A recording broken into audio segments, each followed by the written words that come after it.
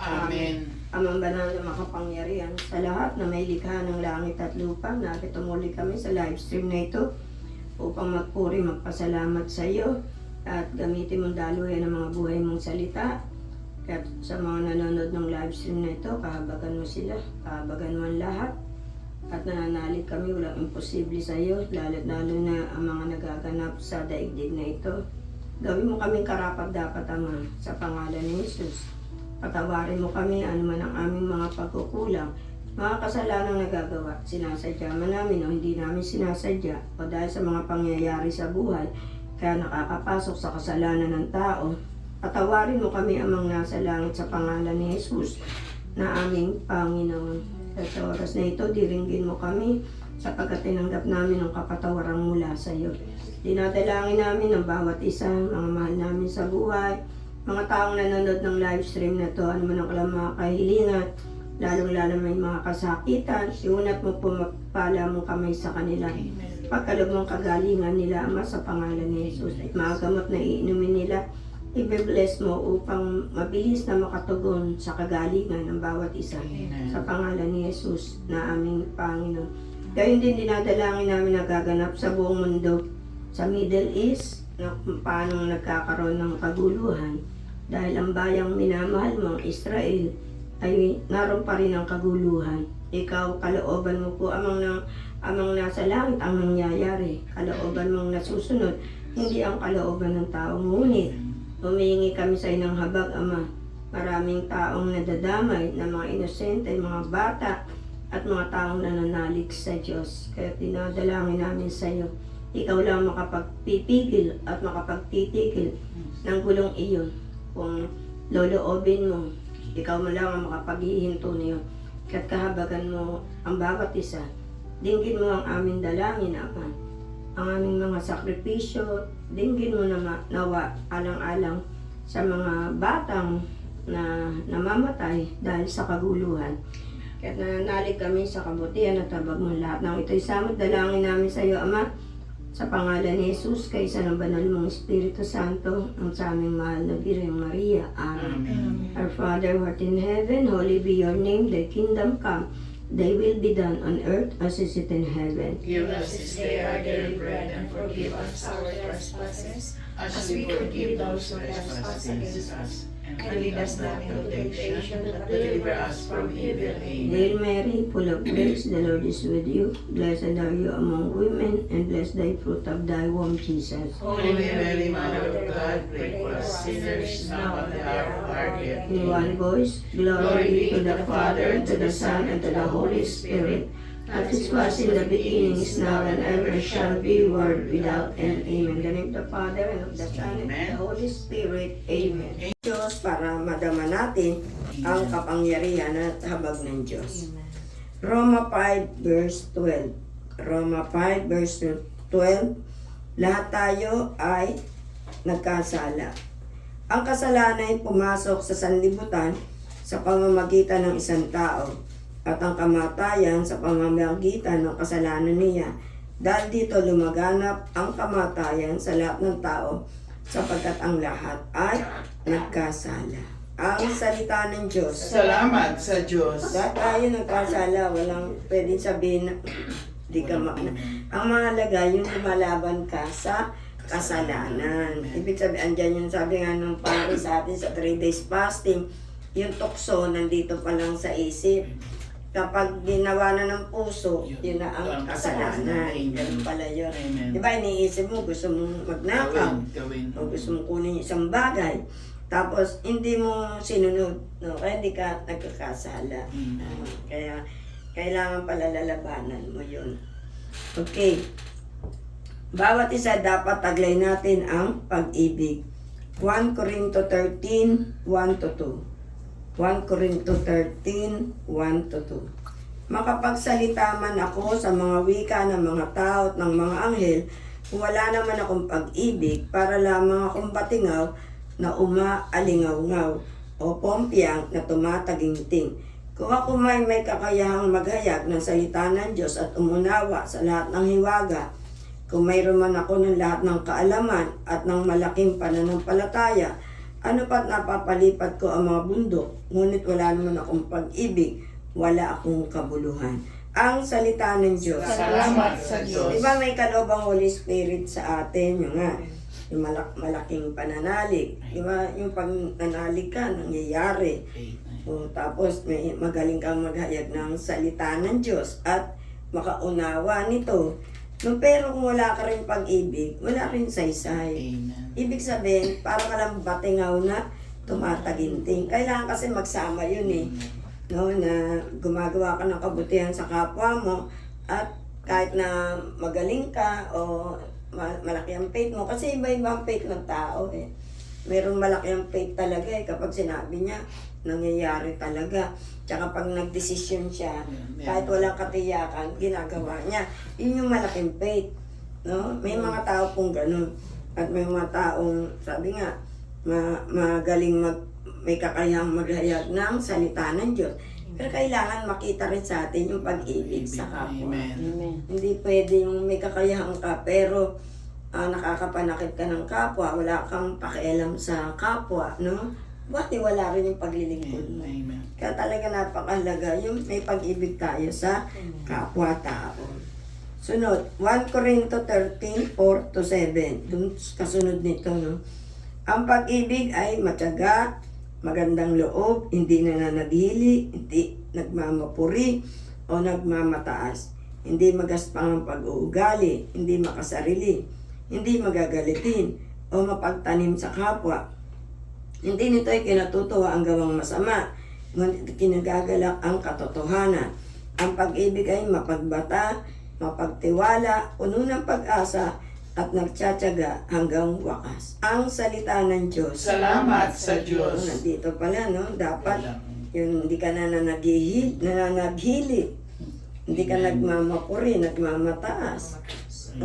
Kailangan pala, no? Hindi magaspang pag-ugali. Amen. Hindi makasarili, hindi magagalitin. Nagagalit ka rin kung may tama kang dapat magalit. Pero sabi nga sa ibang sa ibang salita ng Diyos, yung aalisin mo kaagad yung galit. Kasi abnormal ka naman, hindi ka magalit. Amen. Tinatawanan pa, nagdala na yung asawa mo ng kabit sa'yo. Tuwan-tuwa ka pa. Siyempre magagalit ka. May kailangan mo rin pakita yung galit. Kaya lang, huwag mong pagtatagalin. Yun ang gusto ng Diyos. Amen. Sunod, wastong aral. Tito 2, 2-4.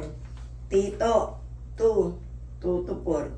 Sabihin mo sa matatandang lalaki na sila'y maging mahinahon, marangal, matimpi, matatag sa pananampalataya at pag-ibig at matyaga. Sa matatandang babae naman, sabihin mo sila'y mamuhay ng maayos, huwag maninirang puri, at huwag mahilig sa alak. Magturo sila ng mabuti upang maakay nila ang mga kabataang babae na magmahal sa sariling asawa at mga anak. Ang salita ng Diyos. Salamat sa Diyos. Makita nyo, ito pala dapat ng mga lalaki, no? May hinahon. Kasi mga lalaki, pag nagalit, di ba? Pag galit na sa kaaway, kaya nakakapatay eh, no? Madali silang magalit, di katulad ng babae, salita. Bago pumasok sa Amo na. Iba kasi mga lalaki, kaya ito nga sinasabi. Gusto sa akin. Dagal, marangal, matimpi, matatag sa pananampalataya at pag-ibig. Sa atin naman, no, sinabi, mamuhay ng maayos. Di ba kung wala kang pera, magtipid ka. Si sister, sabi nga, may pera siya, gastos dito, gastos doon. Kaya, kahit na may pera ka, dapat ayusin mo rin yung paggastos. Kasi pagdating ng panahon, meron kang nakatabi. Kaya minsan nakakalungkot yung mga nag-abroad. Pagdating, walang mga pera. Wala, hirap sa buhay. Tapos utang dito. Kasi nga, hindi marunong mawak ng pera. Hindi conforme naman doon sa mga taong hindi marunong talaga. Oo, baby. Naniniwala po ako dyan. Meron namang maayos kasi nga, di ba, marunong silang bumibili ng mga asset, ng mga, yung mga maitatabi nila. Meron talagang waldas eh. Kaya sayang. Tapos pagdating sa huli, makikita mo, mukha pa sila. Hindi mo nakita. Galing ng yan, wala na lang. Kahit ba dumating yung pagbaksak mo, meron kang naipundar, di ba? Meron kang, hindi ka na mahirap na nangungupahan ka pa hanggang ngayon. Bisa may naitayo kang bahay, may Amen. nakabili ka, mawala ka man ng trabaho sa abroad, meron kang napagsimulaan, di ba? Ang hirap magpundar ng magsimula ka sa wala, magpupundar ka sa kakukuha. Kaya nga iba, ilang pun taon bago yung mangungupahan, di ba? Nangungupahan ilang taon, lipat dito, lipat doon. Kasi nga talagang dumarating kaya sila pa iba-iba ng tahanan, ng bahay. Kasi nga, pag hindi na kaya, aalis na, lilipat ka naman ng trabaho, lilipat na naman. Ayoko nung gano'n. Talagang sabi ko doon, ayoko pa iba-iba ng tirahan. Kaya sabi ko, kahit na itabi lang ako sa, ano ba tawag, sa kulungan ng baboy ng nanay ko, gusto ko na yun. Kahit maliit lang. Oo, sa totoo lang, kaysa mangupa ka, sabi, hindi kasi ko yung, sasabihin ako, doon ka nakatira, maliit lang. Kaysa maumupa ka. Amen. Maganda nga upa mo, wala, may utang ka lagi. Amen. Buwan-buwan may Kada utang. may utang ka. Ako tuwan-tuwa na ako kahit maliit ang bahay ko, kahit kapiraso lang. Ako, maliit Kahit din sa ang nanay bahay ko, ganun lang ako isibe. Maligayang na po ako. Ang bahay Oo, ko. kaysa umuupa ka. Oo. Nay, ang bahay ko, Yung iba, malaki pa to. ang iba gusto yung kaganda-ganda, uupa ka naman. Ay, Diyos ko, ewan ko yung mga mindset nila, walang maipon. Ikaw pag nandun ka, makakaipon-ipon ka. Pagdating ng panahon, may nag-alok sa'yo ng murang-murang tahanan, bibili mo. Amen. Diba? Minsan sila bibigyan ka naman. Amen. Si Jesus ang daan. John 14, 1-3. Hindi mo Diyan. sulat. 14, 1-3. Huwag kayong mabalisa. Manalig kayo sa Diyos at manalig din kayo sa akin. Sa bahay ng aking amay maraming silid. Kung hindi kayo, sinabi ko na sana sa inyo at paroroon ako upang ipaghanda ko kayo ng matitirhan. Ang salita ng Diyos. Salamat sa Diyos. Diba? Yung kahit na ang tahanan mo rito, barong-barong, tapos nakakasunod ka naman sa ating Panginoon. Pag namatay tayo, mas maganda yung tahanan natin sa langit. Amen? Amen. Di sila, maganda tahanan dito, puro magnanakaw naman. Tama. May mga helicopter, akala niyo ba kayong yung mga sasakyan niyo, ang gaganda, puro kinuha niyo sa mga taong naghihirap. Amen. Sa impyerno kayo pupunta. Amen. Hindi na kayo lalamigin, mamamatay kayo sa impyerno. Yung mga sa pamahalaan, kawawa kayo. Ano ba tawag doon? Naiinggit, Yes, ano? amen. Nahahabag kami sa inyo sa kawalangyaan nyo. Kita ni Lord yan. Hindi yung kikita mo, no? May mga bar, may mga resort, may mga ganito. Hindi nila nakikita hirap ng tao. Amen. Tapos mga batas na ginagawa nila, pabor sa kanila. Yung mga walang iya kayo, sa impyerno kayo pupunta. Amen. Amen. Mga matay din kayo. Amen. Amen. Sana mapanood nila yung Jesus name. Amen. Ay, minsan wala nang mga konsensya, wala nang budhe. Yung nakikita ng hirap ng mga tao, di ba, alisin na ibang batas. Yung 12 baht %, tanggalin nyo na. Di ba, kahit pa paano, yung gasolina, bababa. Yung mga pagkain, bababa. Kahit na mataas man sila, at least may pagbaba. Mga walang Jesus name. Hindi, bisit ako sa mga ganong tao, kaswapang. Totoo po yun. Pamag na, yung bang, may pera ka na, nag-aangat ka pa, hanggang saan ba yung kayamanan na yun? Kundi sana mabubuhay ka. Tapos wawaldasin lang ng mga anak nila, tama, meron ako sa mga napos. Marami naghihirap. Oo, di sila rin naman magduros. No? Okay, Mayaman. pagpapatawad, isa ito sa pagiging mapagraya. Mateo 6:14-15. Mateo 6:14-15.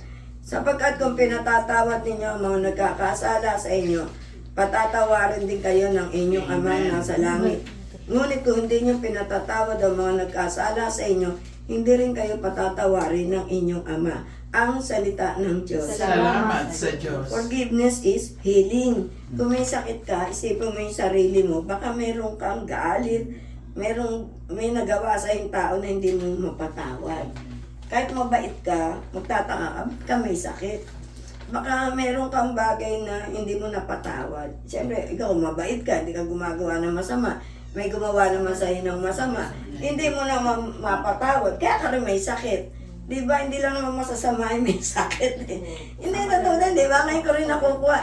Yung mababait na tao rin, bakit nagkakasakit? Hindi minsan nag-iisip ka. Siguro, merong gumawa sa kanila ng kasamaan na hindi nila mapatawad. Amen. Kailangan mo talagang Tama. magpatawad kasi ang forgiveness is healing. Pag nagpatawad ka, gagaling ka. Amen. Kaya minsan tataka, bakit naman nun Parang ang bigat ng sakit. Hindi, di ba? Minsan ako nag-iisip din Ay, yung masasama talaga, may sakit siya. Kaya hindi gumaling-galing. Masama ugali, o di ba? Pero yung mabait na nakikita mong mabait, masunurit, bakit mabigat ang sakit? Kaya siguro ka ako may mga bagay na hindi niya napapatawad. Kasi wala naman siyang ginagawang masama Yung pagpapatawad lang ang kulang. Kulang. Sunod, walang hanggan ang pag-ibig ng Diyos. Roma 2, verse 4. Roma 2, verse 4. Hinahamak mo ang Diyos sapagkat siya'y napakabuti, mapagpigil at mapagpaumanhin. Hindi mo ba alam na binibigyan kanya ng pagkakataong magsisi at magbagong buhay kaya napakabuti niya sa iyo? Ang salita ng Diyos. Salamat sa Diyos. Minsan ang tao hindi makuha, di ba? Alam, mayaman na siya, tapos gumagawa siya ng mga illegal, mga ganyan. Hindi niya alam bakit, hindi naman nagbabago buhay ko, di ba? Ganyan yung iba. Bakit ako susunod dyan? Tapos, yung pala, gusto lang ng Diyos na magbalik loob siya, magsisi, bago dumating yung parusa. Ngayon, kapag hindi dumarating yung pagsisisi, di ba makikita mo ang bigat nung nagaganap sa buhay nila. Totoo pala yun yung kaya nga iniintay pa rin nagtatagal. Kasi marami nagtatagal. Ba't yung Sister Celia, hindi naman nagbabago, ba't gumaganda ang buhay? Di ba? Ako tatanungin, hindi ko rin alam. Ibig sabihin, hindi nagbabago. Sabi mo na lang doon sa tao, huwag mong tingnan yun. At tingnan mo yung sarili mo. Ikaw ang magbago, yaman mo siya kung hindi siya magbago. Kasi may mga tanong, ako minsan madalas tanongin ng mga ganong bagay. Ganun lang siya. Ba't yun hindi nagbabago, nagsasalita, tumatayo sa harapan. Yeah. Ikaw baka ako kaya mo magpaliwanag. Kaya nakakatayo sa harapan, hindi naman nagbabago. Kasi nga, gusto nila maglingkod sa Diyos. Kahit hindi sila nagbabago, nagagamit sila ng Diyos. Ikaw, hindi ka magamit ng Diyos kasi ayaw mo tumayo. Kaya nga sinagot ko, hindi, ako may nahirao Tapos ay magtatanong ng gano'n, paano kung sasagutin yun? Kahit ako, hindi ko rin minsan maintindihan, di ba? Nung araw, pagbago ka. Hindi mo masagot. Hindi mo rin masagot. Kaya sabi ko, intindi mo yung sarili mo, wag sila. Amen. Tama. Tayo ay nagbibigay liwanag sa ating kapwa. Pilipos 2, verse 15. Pilipos 2, verse 15. Upang kayo maging ulirang mga anak ng Diyos, malinis, at walang kapintasan sa gitna ng mga taong liko at masasama. Sa gayon magsisilbi kayong ilaw sa kanila, tulad ng talang nagniningning sa kalangitan. Ang salita ng Diyos. Salamat sa Diyos. Dapat tayo, di ba, mahayo na tayo sa COB.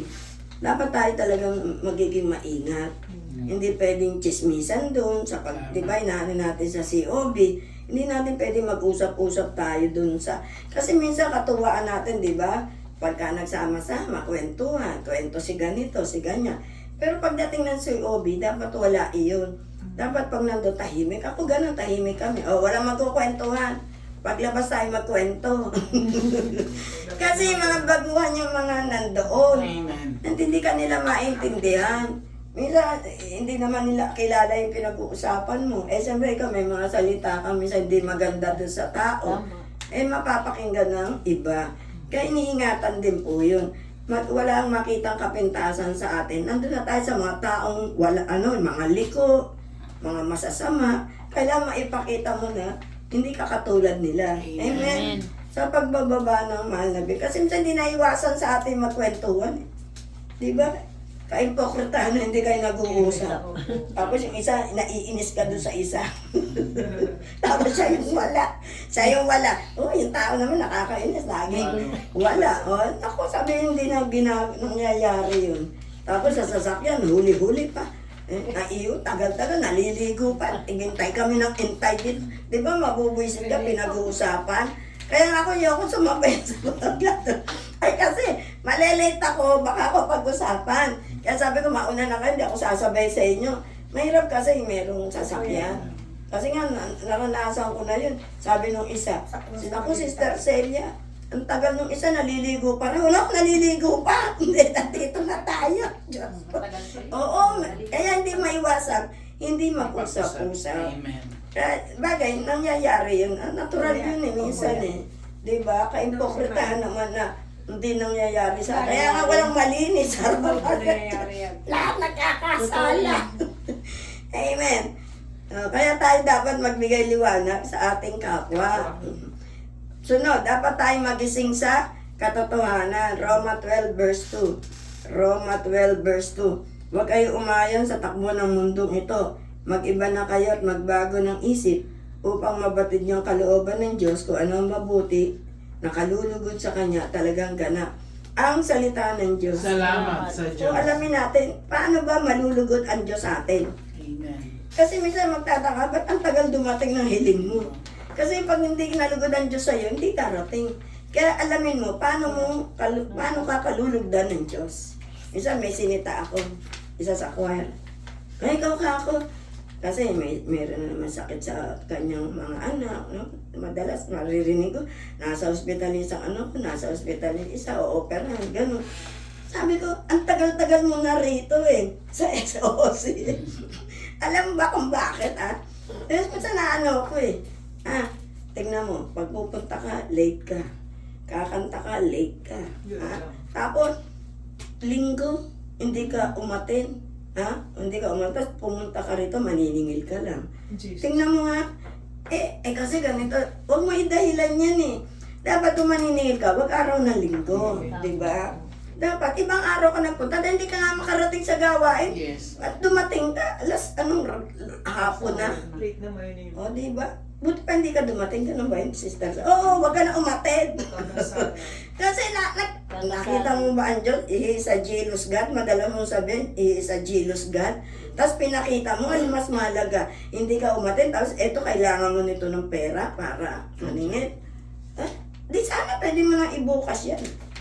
Diba? O, tingnan nyo, anong Diyos? Minsan hindi ko matisa, hindi sabihin eh. Tama ko. Tama naman. Sabi ko, kung ayusin mo, baguhin mo sistema mo.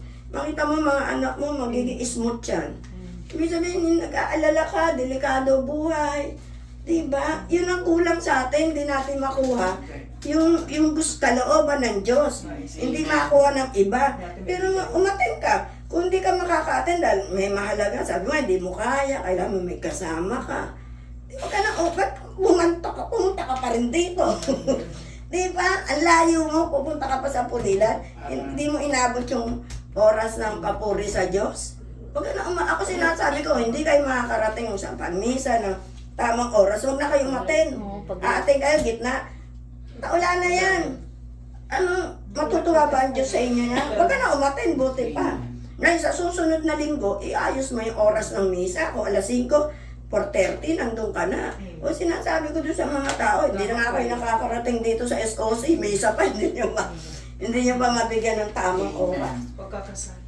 Hindi ba? Kaya paano kayo pag-aalihin ng Diyos, pagpapalain?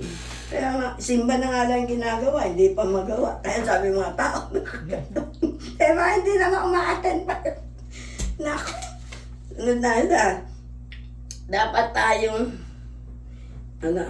dapat tayo nagbibigay, nasabi ko na, dapat tayo magising sa katotohanan. Sinabi ko na, panghuli, pakikitungo sa bawat Kristiyano at huwag manghinawa sa pagdadasal at paghayag ng salita ng Diyos. Colossus 4 verse 6. Colossus 4 verse 6. Sikaping mawili sila sa pakikipag-usap sa inyo at pag-aralang mabuti kung paano tutugunin ang bawat isa. Ang salita ng Diyos. Salamat sa Diyos. Diba?